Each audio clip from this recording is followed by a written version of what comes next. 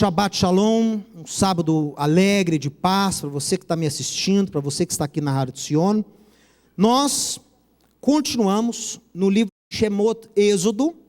Nós temos a porção chamada Kitissá, e ela compõe Êxodo capítulo 30, verso 11, até o 34, 35.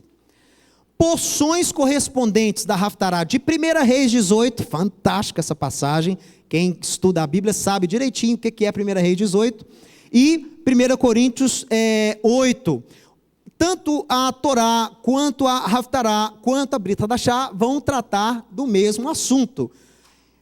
Nós vamos ver nesta porção, você vai ver comigo aqui em detalhes, que houve lá entre os filhos de Israel um grande pecado relacionado à idolatria. A porção de Reis diz o quê? O grande confronto de Elias com os profetas de Baal. E o texto de 1 Coríntios 8, que nós vamos estudar também, ao término do estudo, trata do mesmo assunto, idolatria. Então, eu vou me ater a esse assunto, porque na minha opinião, né, como eu disse aqui, há muitos assuntos nessa paraxá.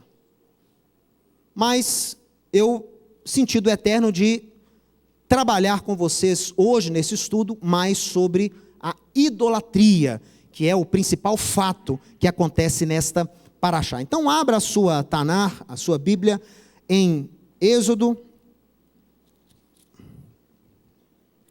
no capítulo 30, a partir do verso 11, e nós temos a dádiva da Torá. Vocês vão ver o que acontece com as primeiras tábuas. Deus acaba dando outras tábuas para Moshe.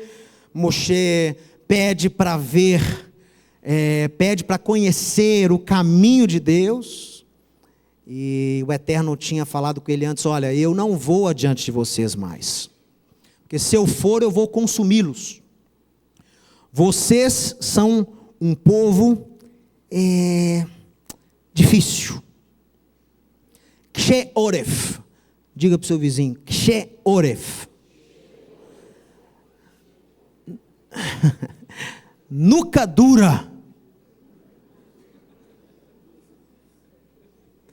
Traduzido na sua Bíblia como dura serviço, mas o conceito em hebraico é o seguinte: o conceito em hebraico é quando Deus fala, né, um povo de dura serviço, por isso que eu não posso ir à frente, eu vou mandar o meu anjo, mas eu não posso ir porque senão eu vou consumi-los. Dura serviço quer dizer o seguinte: é quando você dá a nuca a quem te repreende. O sentido é esse. É quando você repreende alguém, a pessoa dá a nuca a você, tá? Então é a pessoa que não aceita repreensão, não aceita exortação.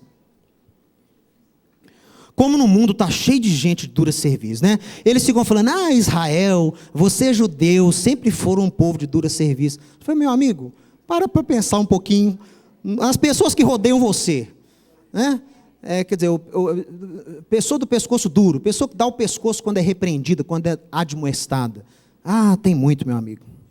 Tem muito mais do que você imagina. Olha, e nós terminamos então, Moisés tem uma revelação tremenda de Deus ali no rochedo, né, na fenda da rocha.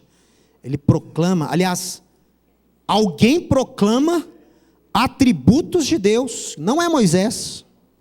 Se você pega a gramática hebraica, não foi Moisés que proclama os atributos lá em Êxodo, no capítulo 34. Se você quiser abrir comigo aí, antes da gente entrar aqui, olha. Êxodo 34, quer ver, ó? Vamos ver o verso 5.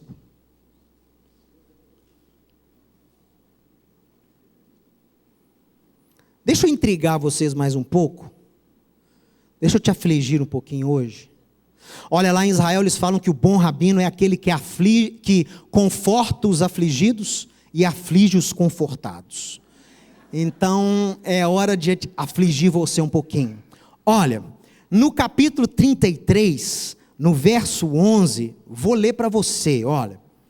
Falava o Eterno a Moisés, face a face, como qualquer fala ao seu amigo. Então voltava Moisés para o arraial, porém o moço Yehoshua, Josué, seu servo, filho de Num, não se apartava da tenda. Está falando aqui como Moisés tinha as revelações na Ohel Moed, né, na tenda que ele armava fora do acampamento, para ter as conversas com o Eterno. Descia ali a Shekhinah, a presença de Deus, na forma de nuvem, e o texto diz claro aqui que ninguém falava com Moisés como ele falava com Deus, quer dizer, face a face, como um sujeito fala com o amigo. Olha que coisa interessante. E depois, quando Moisés, no decorrer do capítulo 33, pede para poder ver a glória de Deus, pede para poder conhecer Deus pelo nome, pede para poder conhecer o caminho, o Eterno declara o seguinte. Olha aqui no verso, vamos no verso 19, né? Respondeu-lhe: farei passar toda a minha bondade diante de ti e clamarei pelo nome do Senhor. Olha que interessante. A gramática está certa.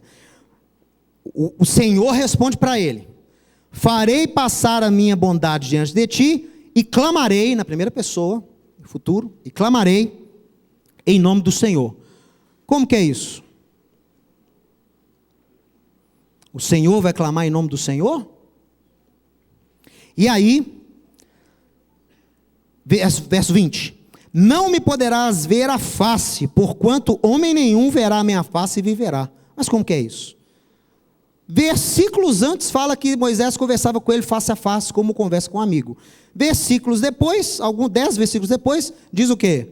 Que ninguém pode ver a face de Deus e sobreviver. Como que é isso aí, pessoal? Que Senhor é esse? Que Senhor é esse que revela a bondade de Deus para Moisés? Que Senhor é esse que carrega a presença de Deus, panim em hebraico, a face? O anjo da minha presença, é o anjo da face. Quem é esse? Quem é esse que representa Deus de uma forma plena, que é chamado por Moisés de Derer, caminho? Caminho por quê? É um caminho a Deus. E Moisés rogo-te que me dê a conhecer a identidade desse caminho, a identidade desse mensageiro que o Senhor vai colocar adiante de nós. O Senhor falou que não vai adiante de nós, e vai colocar o anjo da presença. Então me diga, quem é esse mensageiro da tua presença? Quem é essa pessoa? Quem é esse caminho? E aí, Deus revela para Moisés o caminho. E olha o capítulo 34, verso 5. Tendo o Senhor descido na nuvem, ali esteve junto dele e proclamou o nome do Senhor. Opa! O Senhor de novo. O Senhor proclamando o nome do Senhor. Não é Moisés que está proclamando. O Senhor proclamou o nome do Senhor. Moisés não pediu para revelar a bondade de Deus? Mostra-me a tua glória. Quem melhor para mostrar a glória de Deus do que o caminho, do que o anjo da presença de Deus? Então Moisés pediu: Eterno, mostra-me a tua glória. E o caminho então ensinou para Moisés quem é Deus. O caminho, que também é Senhor, se colocou entre Moisés e Deus. E o caminho, o Senhor proclamou o nome do Senhor para Moisés e disse, olha aqui, ó. E passando o Senhor, verso 6, 34. E passando o Senhor diante dele, clamou. Não fala aqui que o Senhor que desceu na nuvem, que clamou em nome do Senhor? Ou seja, quem vai falar aqui é o Senhor, que vai falar sobre o outro Senhor, sobre um Senhor que ele quer mostrar para Moisés. Esse Senhor é intermediário entre Adonai e Moisés. Moisés pediu: mostra-me, deixa conhecer quem é o intermediário. E Moisés revela quem ele é. E depois, mostra-me a tua glória. E Deus fala: olha, direto você não consegue. Por quê? Porque o homem, a matéria do homem, o corpo do homem, não suporta a presença de Deus. Você morre. Você morre. Com este corpo você não consegue contemplar o eterno Criador dos céus e da terra. Não tem a mínima chance. Mas mostrou para Moshe o quê? As suas costas, ou seja, o seu legado, os seus atributos, os atributos da bondade de Deus, que foram expressadas ali, que foram ditas, proclamadas pelo caminho. Quem melhor conhece o Pai do que o próprio Filho? Então o Filho como intermediário, por isso que Yeshua fala que Moisés falou de mim, tantas vezes Yeshua falava para os fariseus, vocês não estão lendo Moisés direito, porque ele falou a meu respeito. Aqui, ó. E o caminho, o mediador, o anjo da presença, proclama e ensina para Moisés quem é Deus. O caminho fala, Adonai, Adonai, Deus compassivo, clemente e longânimo, grande em... Está escrito o que na sua Bíblia aí?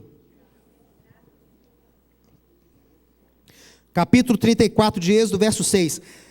Grande em, na minha Bíblia aqui do João Ferreira de Almeida, está misericórdia, né? Mas não, no original é Hesed, é graça. Cheio, grande de graça e fidelidade, não. Emet, verdade.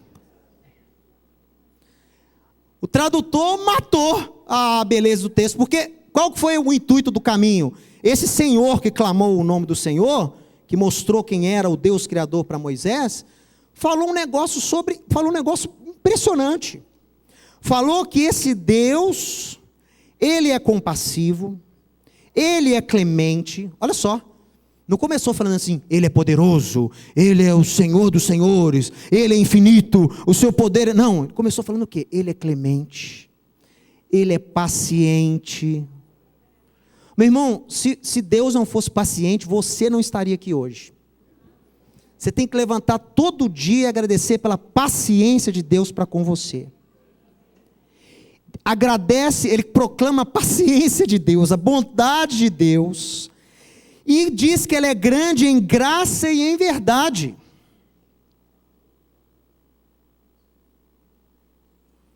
O tradutor às vezes mudou para misericórdia, porque achou que não tinha graça na velha aliança, né? Na antiga aliança. Vou cortar aqui, vou pôr misericórdia, porque eu aprendi no seminário que a graça foi só depois de Jesus. Então tem que mudar, porque aqui a palavra é graça, então vamos mudar. E aí mudaram.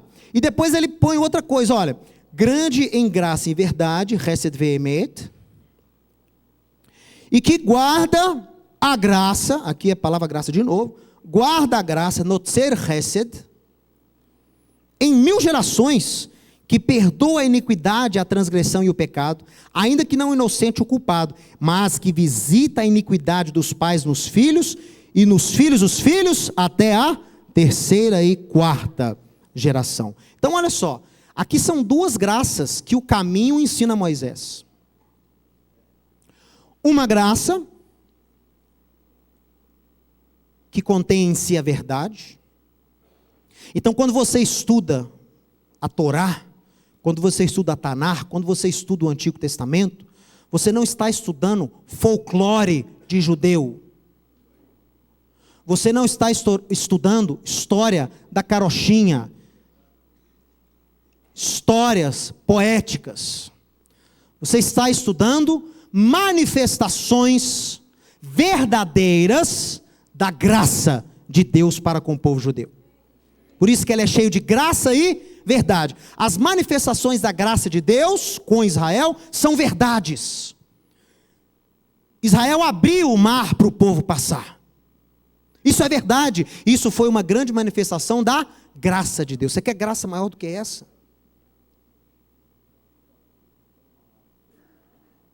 Os milagres que o povo viu, as pragas no Egito, o povo sendo poupado lá nas suas habitações, a vitória sobre os inimigos, né? O povo sendo picado por serpentes. Deus mandou para Moisés: ergue uma serpente de bronze, e todo mundo que olhar para ela será curado. A pessoa bastava olhar, era curado. Isso não é graça não, meu irmão? Aí você tem as histórias dos homens de Deus, né? Dos juízes, de Sansão, que apesar de ter, né, se desviar durante um período da vida, ainda entrega a sua vida no final, para tentar cumprir aquilo que o Eterno tinha levantado, e consegue. Você tem histórias como Débora, né? Samuel, e depois os primeiros reis de Israel, Davi. Dos 10 mandamentos, 9 ele quebrou, e ainda assim é chamado o homem segundo o coração de Deus. Isso não é graça não, meu irmão? Só que o Eterno não é apenas composto só, ele não manifesta só essa graça verdadeira. O texto diz que ele guarda, guarda a graça em 1000 gerações, que perdoa. Ele perdoa a iniquidade e o pecado por causa dessa graça. Mas essa graça não é igual à primeira graça que você leu aqui no verso 6. A graça do verso 7 é diferente. A graça do verso 7, ele está guardando, Hanotser, que guarda a graça que perdoa a iniquidade. Então, esta outra graça que Deus estava guardando, teria o poder de perdoar pecados. Moisés falou a meu respeito. E aí você vai lá no Evangelho de João, e você lê em João capítulo 1, no verso 16, o quê? João falando sobre Yeshua, não é? João fala assim, no verso 16, porque todos nós temos recebido da sua plenitude, e graça sobre graça. O que ele está querendo dizer aqui? João está fazendo uma midrash de Êxodo capítulo 34. O judeu que escutou isso, João brincou aqui, ele começa brincando com o logos, né? Com o logos da filosofia estoica, que os estoicos, né, creem que há uma força motriz que gera o mundo, né? Uma fonte de força que dá vida para tudo que existe, é o logos, não é? A filosofia do estoicismo. Então João brinca com isso, ele fala, olha, o logo dos gregos, ele existe realmente. Existe alguém que foi fonte de vida, que foi modelo de vida para toda a criação. Mas esse logos não é uma força abstrata. Esse logos é Yeshua HaMashiach, Rei dos Judeus. Esse é o logos. Ele, no princípio, olha aqui, ó, no princípio, ele existia, ok? Ele existia. Você não tem o Messias sendo criado no relato do Gênesis, ele já existia. Qualquer rabino vai te dizer que uma das coisas que pré-existia Gênesis 1:1, o Messias. Todo rabino vai falar isso com você. Ele, no princípio, já existia, aqui é chamado de verbo, é o logos, né? E o verbo estava com o Eterno, estava com Deus, ou seja, estar com Deus no princípio quer dizer o quê? Que ele participou de toda a criação. E não só isso, o verbo era Deus, ou seja, não é só uma manifestação de Deus. Ele possuía em si divindade, ele vinha de Deus, ele tinha essência de Deus, ele representava Deus, ele era divino. Não era um anjo qualquer, não era um mensageiro qualquer, não era uma mera manifestação do poder de Deus. Ele era uma forma que Deus encontrou para se revelar à humanidade, através do seu próprio Filho, que veio dele. A essência é a mesma. O poder veio de Deus.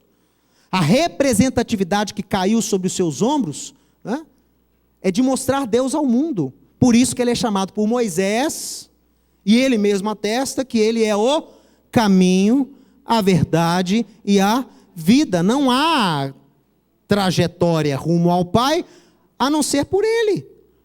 Isso já era verdade desde os dias de Moisés. Quem é que revelou para Moisés quem era o Eterno? O caminho, foi ele que proclama o nome do Senhor. Foi o Senhor.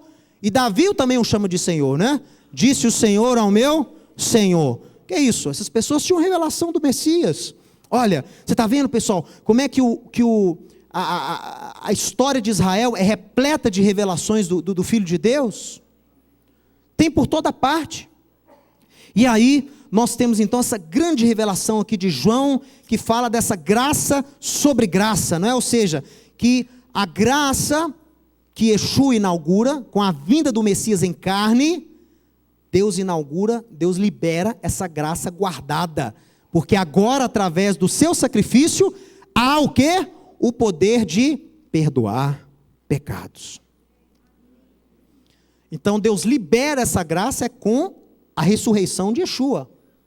Logo após a crucificação, na ressurreição, inaugura-se essa graça que Deus estava guardando desde o início dos tempos. E não é à toa que Yeshua nasceu onde?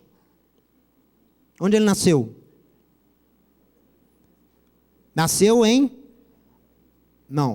Betlehem, Belém. Mas ele não era conhecido como Jesus o Beleiro. Ele era conhecido como Yeshua o quê? Por que o Nazareno?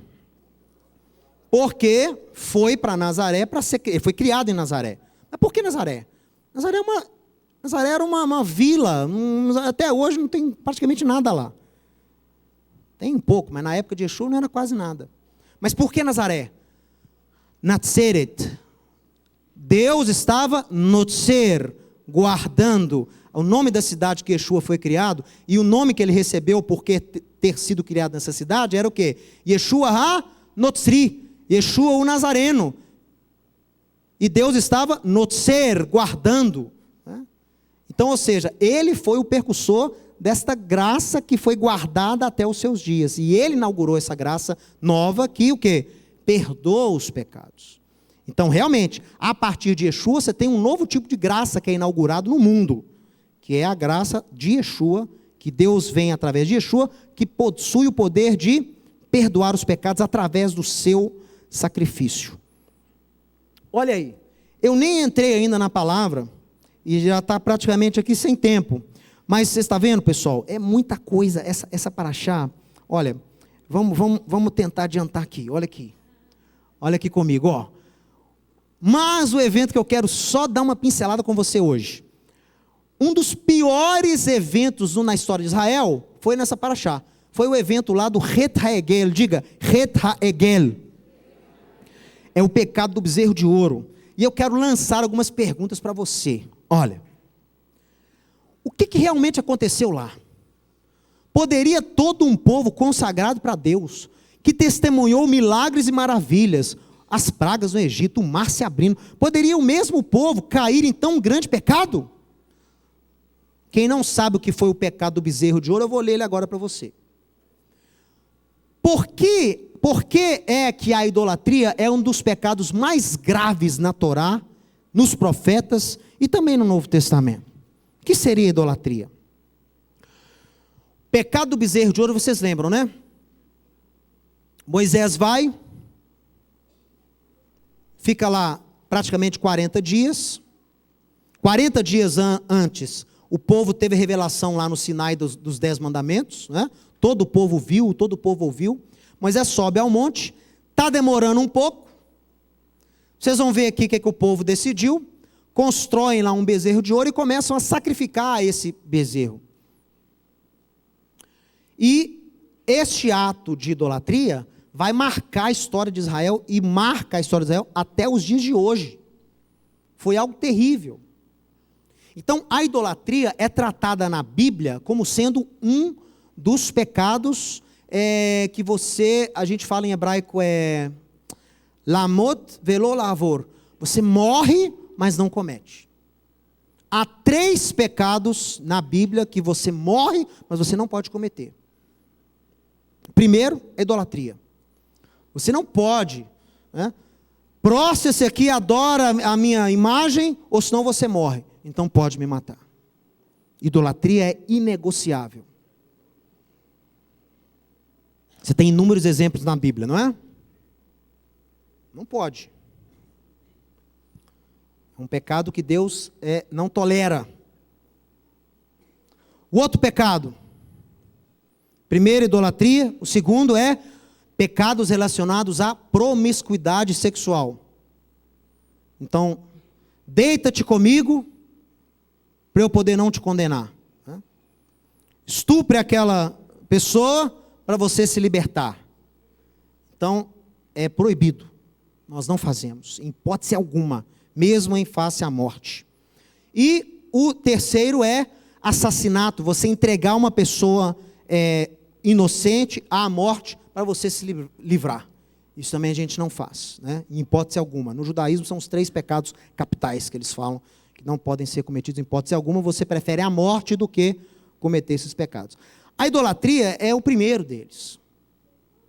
Então, se você estuda o conceito de idolatria, pessoal, eu já dei isso aqui há alguns meses, eu lembro que eu falei um pouco aqui sobre os 10 mandamentos, e é o primeiro dos mandamentos, quer dizer, o primeiro é, eu sou o Senhor teu Deus, que te tirei da terra do Egito, da casa de Faraó, né? E o segundo é, não terás outros deuses diante de mim. É o primeiro, praticamente o primeiro, né, ordem direta do Eterno, é você não cometer idolatria. O sujeito que adora um pedaço de pedra, um pedaço de madeira, uma árvore. Os judeus falam que esse tipo de coisa não chega nem a ser idolatria. Isso aí é burrice mesmo. Isso é loucura. Não dá nem para explicar. Não se encaixa nem em idolatria. Quer dizer, é pior do que a idolatria. O jeito de adorar um pedaço de pedra, um pedaço de pau. A idolatria consiste em quê? Você tem o eterno Criador dos céus e da terra, e você tem a criação do eterno, ok? Por exemplo, os astros, não é? Os astros. Os astros são considerados como emanações da glória de Deus. Então, quando você vê a lua, né?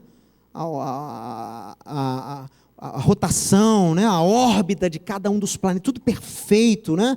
Quando você vê as estações, tudo funcionando, né? As estrelas no céu, ou quando você vê as tempestades, né? Os fenômenos da natureza, tudo isso, pessoal, são manifestações do poder de Deus. É como se o poder de Deus fluísse através da sua criação. Idolatria é quando o sujeito vê uma manifestação e toma a manifestação como sendo o quê? A fonte do poder, e não apenas uma demonstração de alguém que tem o poder. Idolatria é isso. Idolatria é quando você pega uma manifestação do fluir de Deus e atesta que aquilo ali é o detentor do poder supremo. Então, por isso que os antigos tinham muito o quê? Os antigos não, né? Até hoje.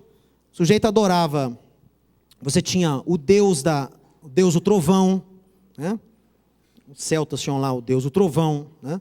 Os romanos tinham uma variedade, um panteão de deuses, né? O Deus da guerra, porque na guerra você vê manifesto o quê?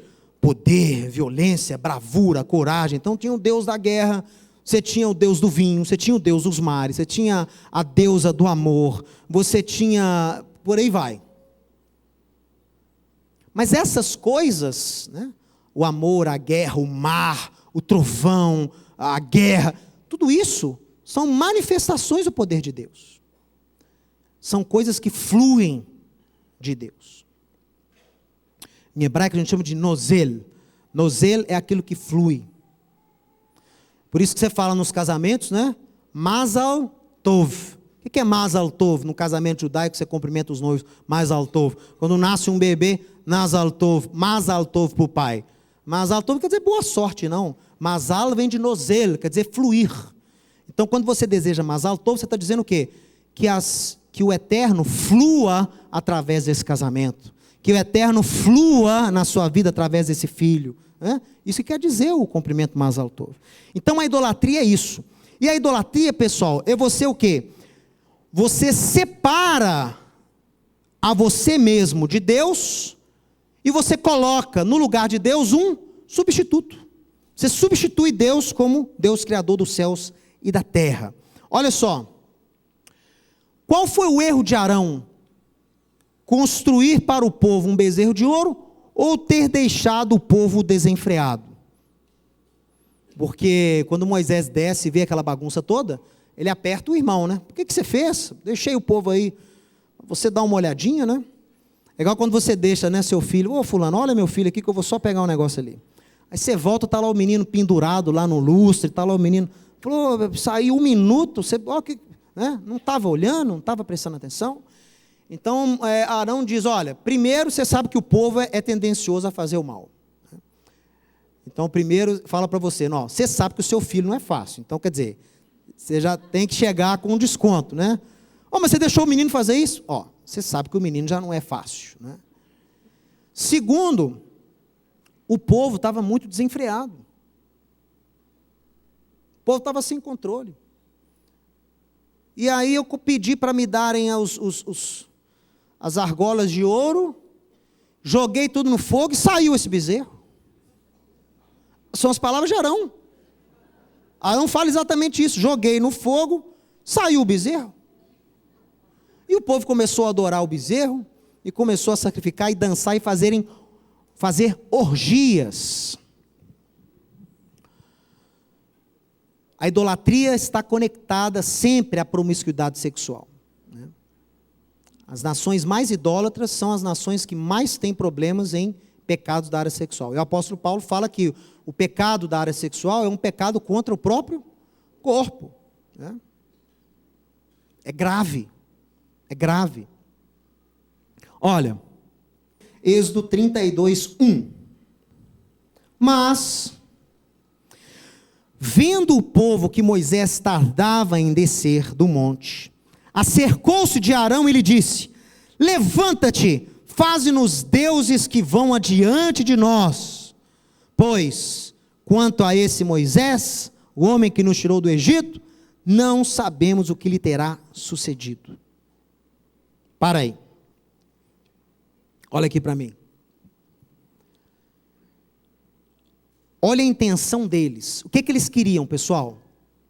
Analisa o texto comigo. Olha.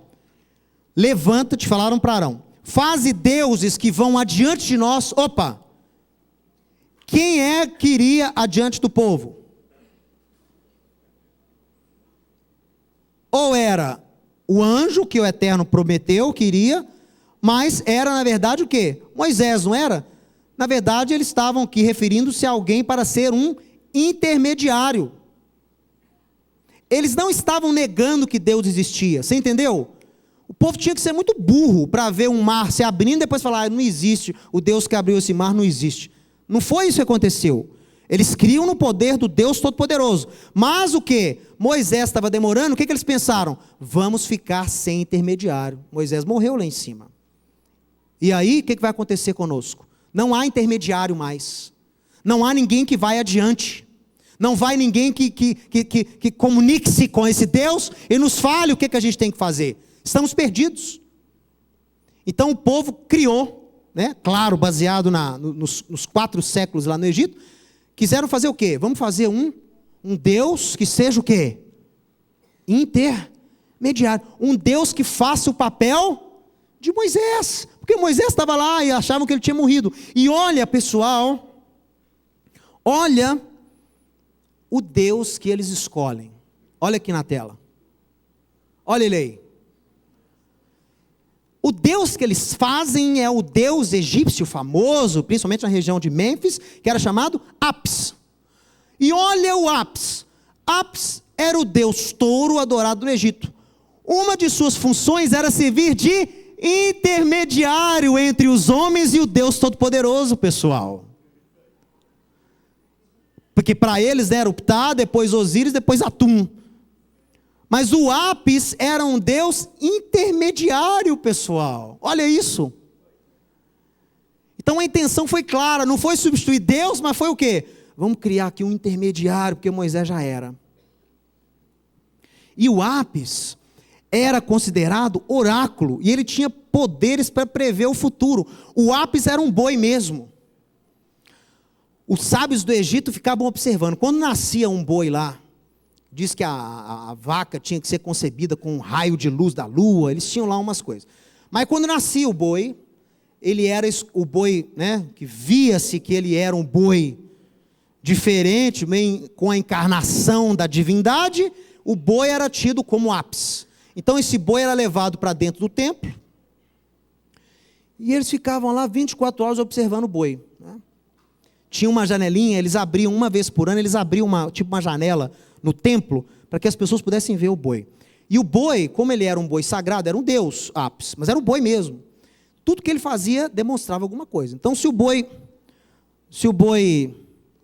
mastigava o capim lá desse lado, queria dizer uma coisa. Se o boi mastigasse para o outro lado, queria dizer outra. Se o boi rejeitasse um alimento, queria dizer alguma coisa. Se o boi comesse um alimento, queria saber alguma coisa. Se o boi lambesse a mão de alguém, então, aí a pessoa já estava num status especial, entendeu? Se o boi para um lado, ou se para o outro, até os excrementos do boi eram divinos, falavam, porque o boi era considerado oráculo. O que é o oráculo? É aquele que faz o papel de intermediar, né, entre Deus e o povo. E não é à toa que o povo escolheu fazer justamente um bezerro, o deus Apis. Encontraram até múmia, né, porque ele era mumificado. Ele ficava no poço lá 14 anos, depois ele morria e era mumificado, viu? Fazia a múmia do boi. Olha ele aí. Então, pessoal, olha aqui, vamos continuar lendo. Não sabemos o que aconteceu com esse Moisés. Arão disse: tirai as argolas de ouro das orelhas das vossas mulheres, vossos filhos e vossas filhas, e trazei-ma. Então todo o povo tirou das orelhas as argolas e as trouxe a Arão. Este, recebendo das suas mãos, trabalhou o ouro com um buril e fez dele um bezerro fundido. Preste atenção nos detalhes, pessoal. Preste atenção nos detalhes.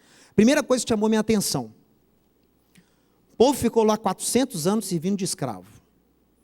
Se realmente esse povo ia sair com esse tanto de argola de ouro, já chama a atenção, não é uma coisa normal, né?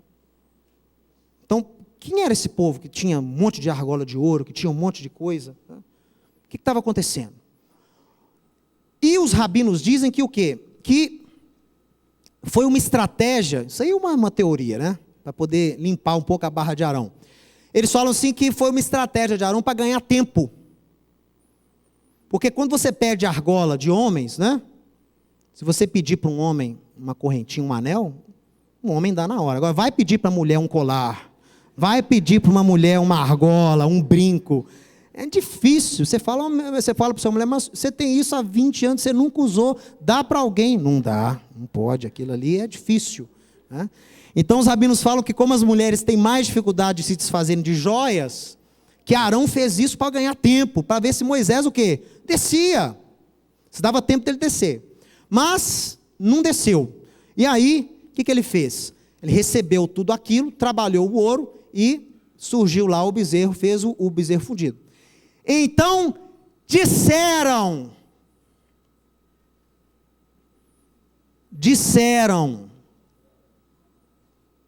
são estes, ó Israel, os teus deuses que te tiraram da terra do Egito. Espera aí.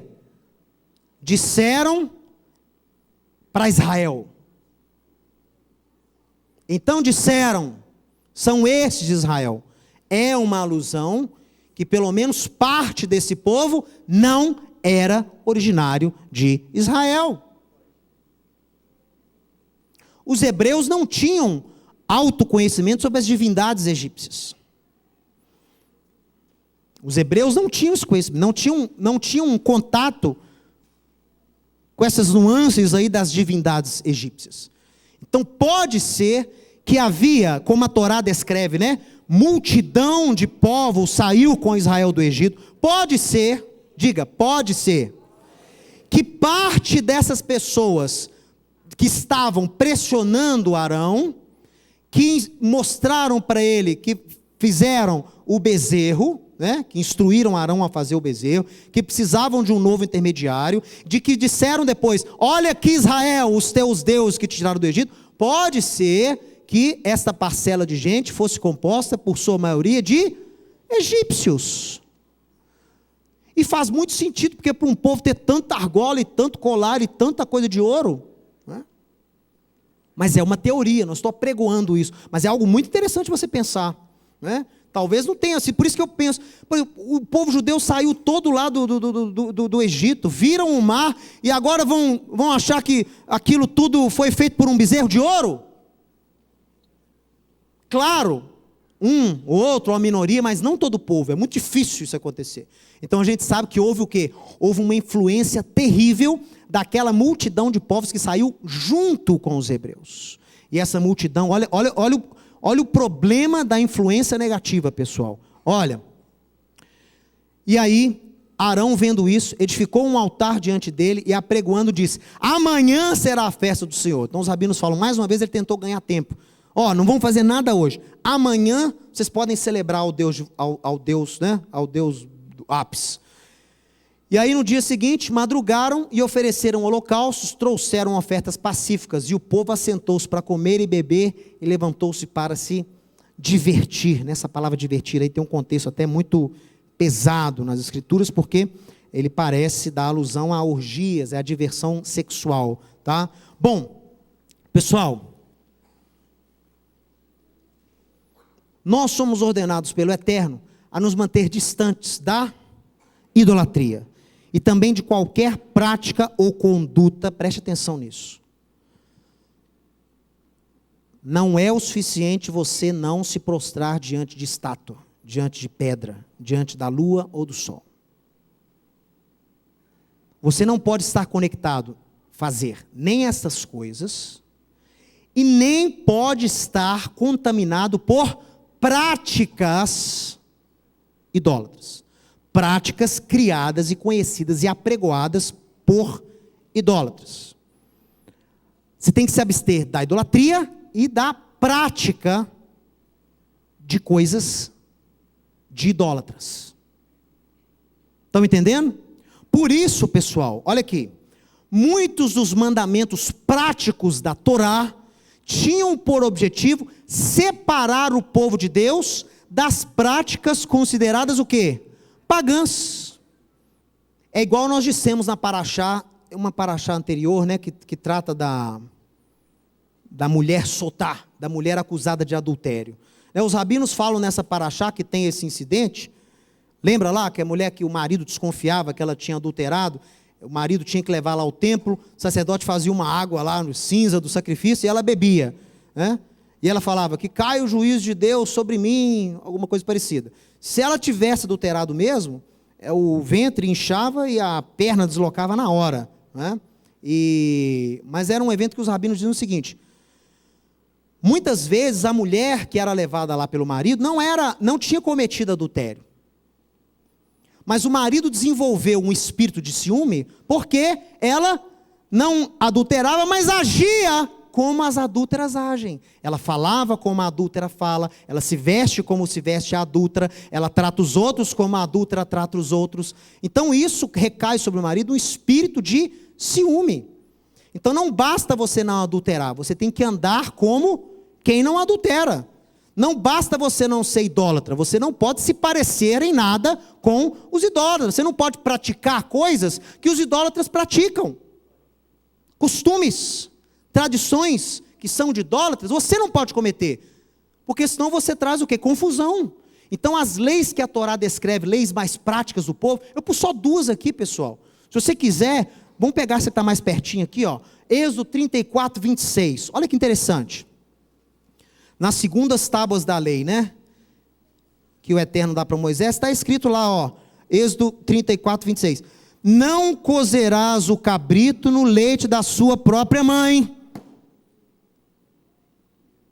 Eu sei que Israel desenvolveu toda uma halahá hoje de não misturar leite com carne, até respeito isso. Mas muitos estudiosos, inclusive no Talmud, atestam que a razão desse mandamento prático, é bem prático, não é?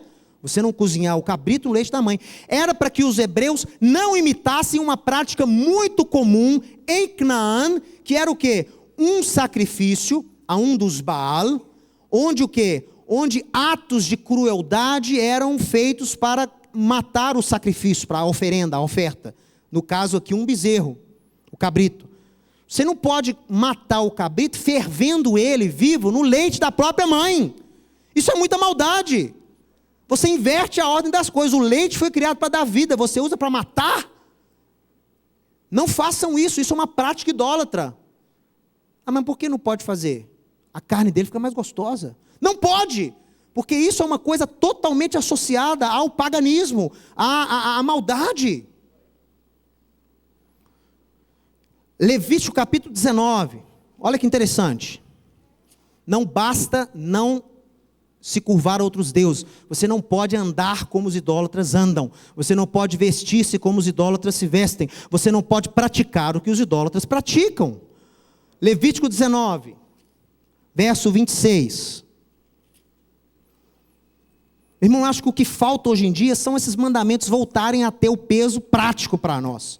Fica todo mundo filosofando demais, fica todo mundo numa metafísica, mas nós temos que aplicar, sabe por quê? Porque são essas coisas práticas que nos mantêm puros para Deus. Não é só a pureza do coração e da mente, mas é a pureza do corpo. E essas práticas trazem opressão para as nossas vidas. Essas práticas trazem contaminação. Sabe o que a Torá diz? Que as práticas idólatras, quando você as tem, você começa a ter a sua consciência deteriorada, você começa a ter dúvida. Olha que interessante, Levítico 19, verso 26. Não comereis coisa alguma com sangue. Volta aqui. Não vai comer sangue. Deus já dá essa ordem lá para Noé, e repete aqui em Levítico, e os apóstolos repetem lá em Atos 15. Não pode comer sangue. Mateus, mas é gostoso, quentinho. Como é que chama isso? Chouriço, né? O mineiro tem. Mas é uma delícia. Não pode. Deus não está preocupado com o que eu como. Claro que está, senão eu teria falado aqui 3 vezes na Bíblia. Não pode ingerir sangue. Por quê? Ah, Mateus, já sei, a explicação é científica. Porque tudo que está, todas as doenças, as bactérias e tudo, as impurezas estão tudo no sangue. Tá, ótimo. Mas além disso, tem a principal das razões, que isso é uma prática idólatra. Isso traz idolatria, isso é uma afronta a Deus. Deus é o dom da vida. A vida está no sangue, e em respeito ao autor da vida, você não come a vida, não come o sangue. E sabe o que acontece quando você tem essas práticas, mesmo na ignorância? Você traz contaminação para a sua vida. E contaminação espiritual, não é nem física apenas, não. O apóstolo Paulo fala isso, a gente vai ler agora.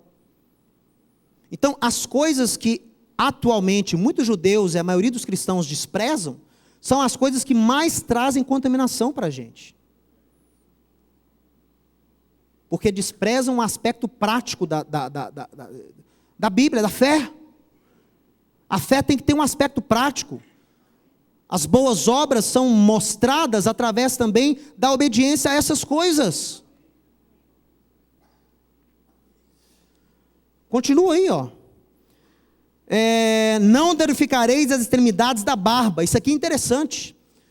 Porque os sacerdotes de muitos daqueles povos lá em Canaã, que eram muitos, né? Jebuseus, Heteus, Perizeus e outros eus, eles tinham prática, os sacerdotes faziam tosas na barba, quer dizer, deixava a barba grande e fazia desenhos, faziam, danificava a barba. Mateus, Deus está importando se eu danifico ou não minha barba? A questão não é essa. A questão é que o povo tinha que ser um povo separado para Deus. E isso era uma prática pagã. O povo não devia fazer isso, né? Marcar a mesma coisa que o cabelo, o verso 28. Pelos mortos não ferireis a vossa carne. O que é isso aqui, ferir a carne pelos mortos? O que você acha que é isso?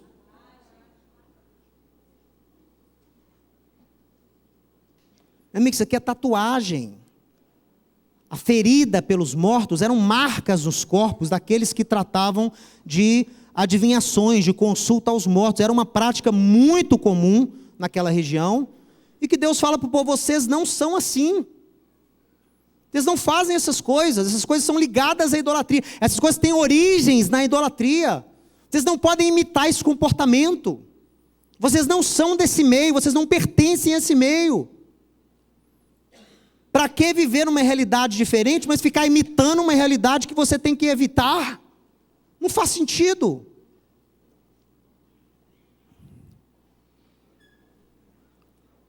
Nem fareis marcas sobre vós. Olha aqui. Está claro. Você não vai nem ferir e nem fazer marca. Marca no corpo. Ah, mas eu já tenho tatuagem. Não, não é o problema. Se você já tem, não tem, você não é menos querido por Deus por causa disso. Mas agora eu estou te dizendo, alguém tem que te falar que isso é uma prática errada. Se você já fez, amém, Deus te ama do mesmo jeito. Mas se você ainda não fez, não faça, porque não é algo que Deus aprova. Não é um princípio bom. Não é um princípio bom. Assim como beber sangue não é um princípio bom. E o inimigo sabe as coisas que Deus abomina. Então, nos cultos dos inimigos, são perpetuados atos o quê? Que Deus abomina. Onde você já viu gente bebendo sangue?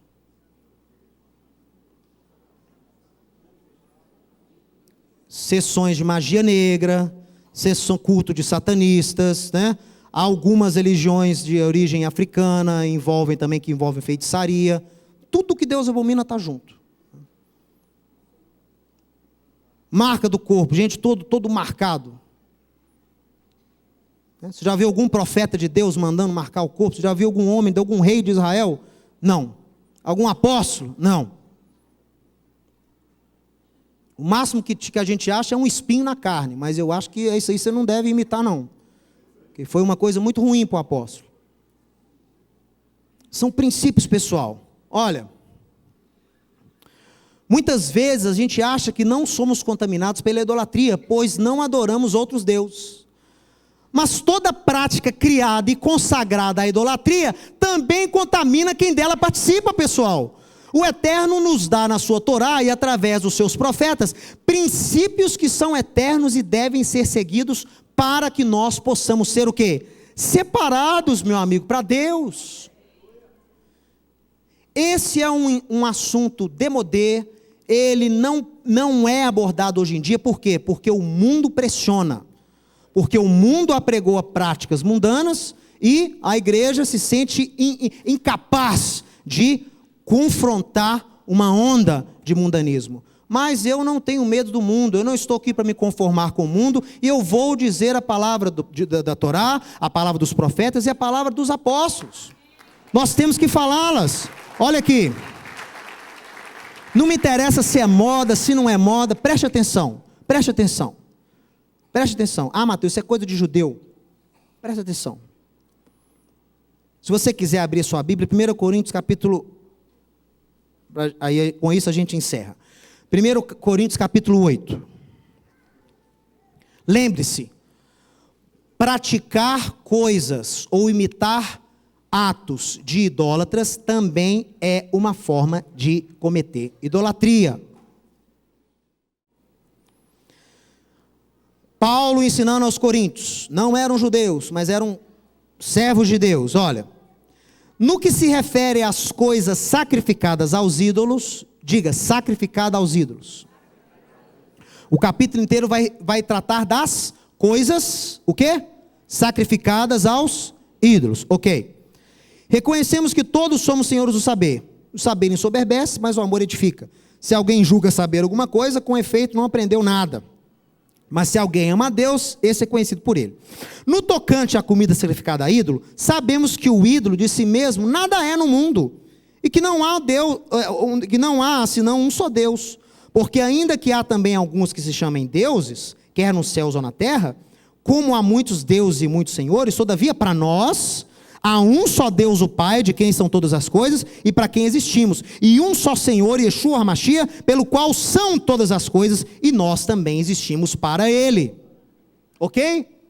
Então Paulo está dizendo, olha, não tem lá as comidas oferecidas aos ídolos, você tem que entender o seguinte, nessa época, parte da carne que era comprada em muitos mercados, nem eram mercados, eram templos. Os alimentos eram oferecidos à população nos templos. Então, comida que você pegava dentro de templo era comida o quê? Consagrada e oferecida a ídolo. Entretanto, verso 7. Não há esse conhecimento em todos, porque alguns, por efeito da familiaridade até agora com o ídolo, ainda comem dessas coisas como a eles sacrificadas. E a consciência destes, por ser fraca, vem a contaminar-se. Olha aqui. Consciência em grego, suneidesis, é a capacidade de discernir. Olha isso. A sua capacidade de discernir é afetada quando você se contamina com coisas de ídolos.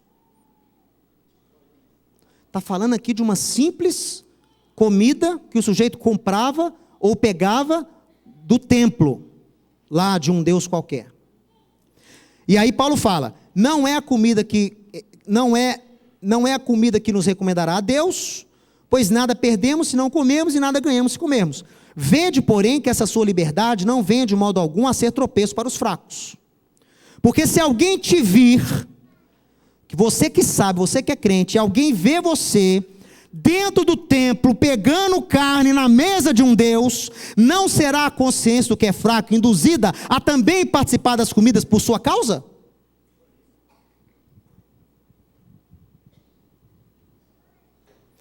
E assim, por causa do teu saber, perece o fraco irmão pelo qual Cristo morreu. E deste modo, pecando contra os irmãos, você está golpeando-lhes a consciência, e contra Cristo você está pecando.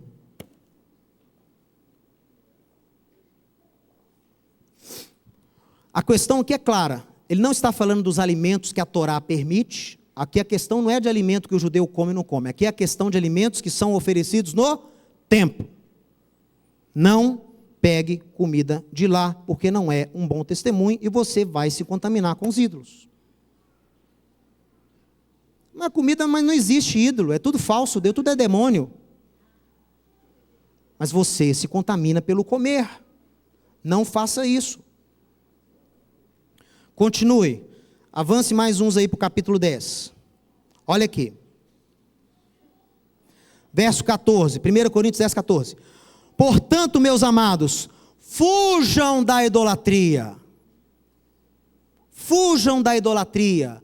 Fuja daquilo que aparenta ser idólatra, de toda prática que tem raiz idólatra. Fuja dessas coisas.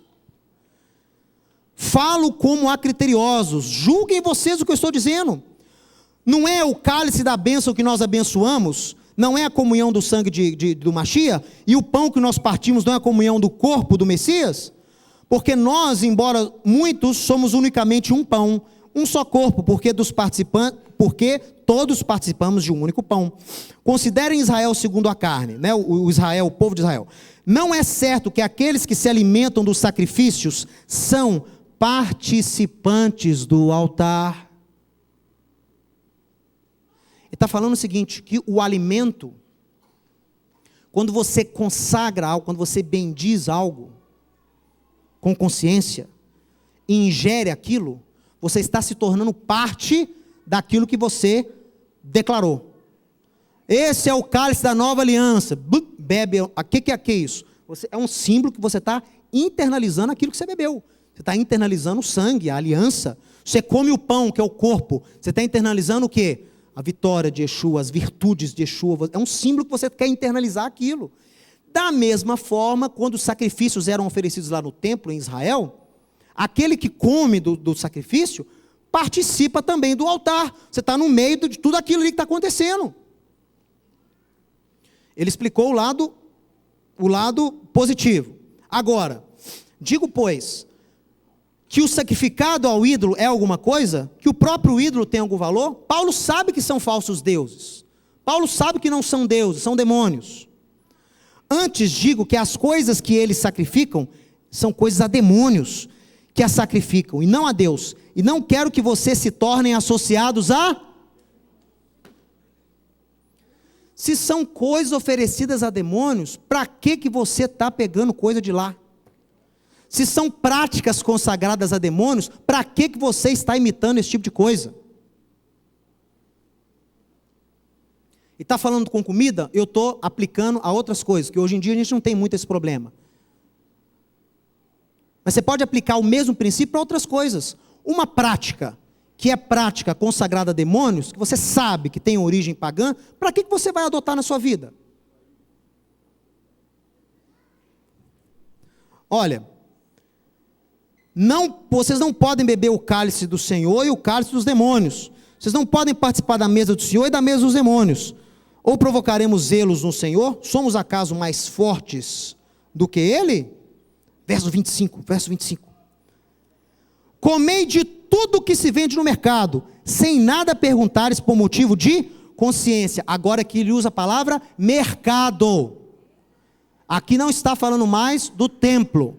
Aqui está falando de comidas que se vendiam no mercado. O problema era, qual daquelas comidas tinham vindo do templo e qual tinham vindo lá da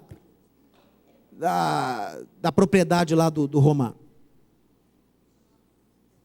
Você tem um mercado, você não sabe de onde veio o quê. Olha que interessante. Coma de tudo, sem perguntar. Olha aí. Por quê? Porque está sendo vendido num ambiente que não é um ambiente de idolatria, não é um altar de um ídolo, é no mercado. E não tem como você sair perguntando, essa carne veio da onde? Essa farinha veio da onde? Não, compre sem ficar neurótico. Porque do Senhor é a terra e a sua plenitude. Mas, olha aqui, ó, lembra da questão da consciência? Você vai chegar lá e comprar. Amém. Agora, se algum dentre os incrédulos vos convidar, e você quiser ir, coma de tudo que for colocado diante de você, sem nada perguntar por motivo de consciência. Agora olha para mim aqui. Quando Paulo fala, coma de tudo sem nada perguntar, você acha que ele está falando que você pode comer porco, camarão, carne de cavalo, carne de cobra? Você acha que ele jogou tudo fora? Se ele tiver com essa ordem, falando isso, que você pode comer porco, camarão, barata, ele está sendo um hipócrita, porque ele fala em várias outras cartas, em várias outras ocasiões, que ele o quê? Que a lei de Deus é santa, que a lei de Deus é perfeita, que ele não fez nada contra as tradições, nem contra a lei, nem contra os profetas, nem contra as tradições dos nossos pais, que ele era irrepreensível segundo a lei. Se ele é irrepreensível, como é que ele dá uma ordem dessa? E se ele estiver falando isso, ele foi infiel ao seu mestre, porque o mestre dele, Yeshua, disse, eu não vim anular nem cancelar a lei, eu vim cumpri-la. O discípulo não pode ter sido infiel ao mestre. Basta pensar um pouquinho que, só você ler alguns versos antes, qual comida Paulo está se referindo? Qual é o assunto aqui? Comida consagrada, pessoal. Não é alimento que o judeu come ou não come, é a respeito de comida consagrada. Eu vejo muitos pastores usando esse texto aqui para me condenarem. Ah, você judeu ainda fica guardando lei alimentar. Olha aqui o que Paulo está dizendo, que você pode comer tudo, entendeu? E pode comer tudo, porque tudo é de Deus. Não é assim, Paulo está falando sobre comida consagrada. Então, coma tudo, o sujeito te chamou, a comida lá é cachê? Está te servindo cobra? Não. Está te servindo o quê? Rato? Não. Está te servindo camarão? Não. Serviu lá carne assada de boi, com arroz e feijão. Coma. Não fica dando uma de, entendeu? Santo dos santos. Ah, onde o senhor comprou esse arroz? Quem é o produtor desse arroz? Qual é a religião? Qual a religião do dono dessa fazenda, de onde veio esse arroz? Para de ser chato. Para de ser, olha, os crentes perdem tempo com coisas que não são importantes. Não faça isso, coma. Coma, está aqui, ó, coma. Porém, diga, porém, se alguém te disser, você está lá comendo, né? Preparando para comer. Aí alguém vira para você e fala assim, ó, você sabia que isso aí que ele comprou, ele pegou lá da encruzilhada lá da Iemanjá? E aí, você vai comer? Olha, porém, se alguém vos disser, isso é coisa sacrificada a ídolo, não comais, por causa daquele que vos advertiu e por causa da consciência. Consciência, digo, não a sua, mas a do outro. Pois por que há de ser julgada a minha liberdade pela consciência do outro? Se eu participo com a ação de graça, por que hei de ser vituperado por causa daquilo, porque dou graça? Ou seja, se você come e tem que dar graça a Deus, não dá? Como é que você vai dar graça a Deus por um alimento que você sabe que está contaminado? Porque te falaram que é idólatra. Não tem condição. Vai cair em vitupério. Se te falarem, essa é a galinha preta que estava lá na esquina lá de casa. Peguei, não tinha ninguém olhando, peguei. Não coma. Não coma. Porque isso traz contaminação para a sua vida. Tá? E já o último versículo da manhã. Vocês não estão cansados não, né? Olha, 2 Coríntios capítulo 6, 2 Coríntios capítulo 6, deixa eu ver aqui. Verso 16, só um complementozinho, Que ligação há entre o santuário de Deus e os ídolos? Porque nós somos o santuário do Deus vivente, como Ele próprio disse, habitarei e andarei entre eles, serei o seu Deus, eles serão o meu povo. Por isso, retirai-vos do meio deles, separai-vos, diz o Senhor, não toqueis em coisas impuras, e eu vos receberei, serei vosso pai, e vós sereis para mim filhos e filhas, diz o Senhor Todo-Poderoso. Paulo cita a Torá, Paulo cita nesse caso aqui Isaías 52, para poder ensinar princípios aos não-judeus. O que eu quero terminar essa palavra dizendo é o seguinte: Mateus, mas a Torá, você mesmo não fala que a Torá foi dada para os judeus? Sim, mas a Torá possui princípios que são válidos para todos os servos de Deus, independente se são judeus ou não. E os apóstolos e o próprio Yeshua faz uso desses princípios para nortear a sua vida. Os princípios são válidos. O princípio maior é: não se contamine com a idolatria. Não se contamine com aquilo que é prática idólatra. Não se contamine, não peque contra o próprio corpo. No caso, Paulo está falando aqui, ele expressa isso lá em Coríntios 5 também, sobre o nosso corpo, Nosso corpo ser templo do Espírito de Deus, habitação do Espírito de Deus. Então você não pode tratar o corpo de qualquer forma, você não pode adulterar, Você não pode violar o seu próprio corpo. Então, pessoal, nós temos que ter essa consciência. Eu acho que esse aspecto mais prático da instrução apostólica tem que ser restaurada, sabe? Quando eu vejo lá os apóstolos decretando, as 4 leis, fundamentais lá das leis noéticas: não cometer idolatria, não cometer promiscuidade sexual, não cometer assassinato, não ingerir sangue. A gente tem que levar isso a sério.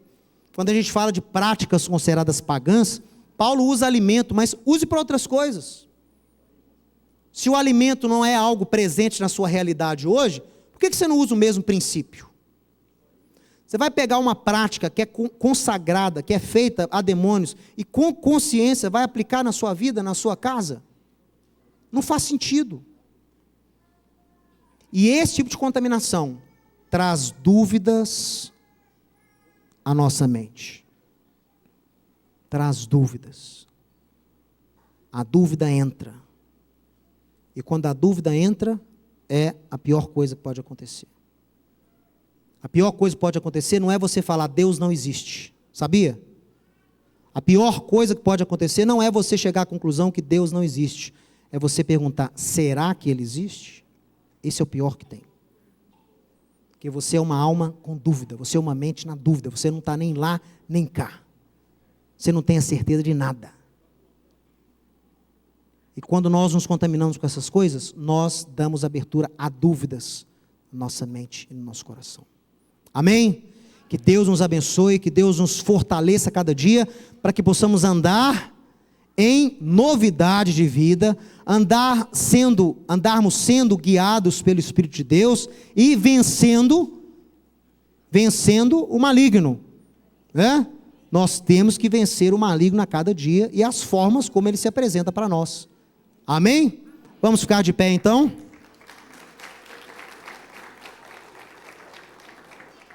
Que o Eterno te abençoe e te guarde, que Ele faça resplandecer o rosto dele sobre você e tenha misericórdia de você.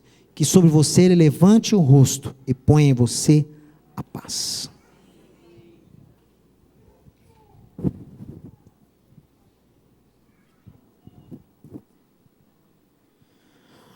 Yivarechecha Adonai veishmerecha, Yair Adonai panav alecha vichoneka, Yisa Adonai panav elecha, veyasem lecha shalom.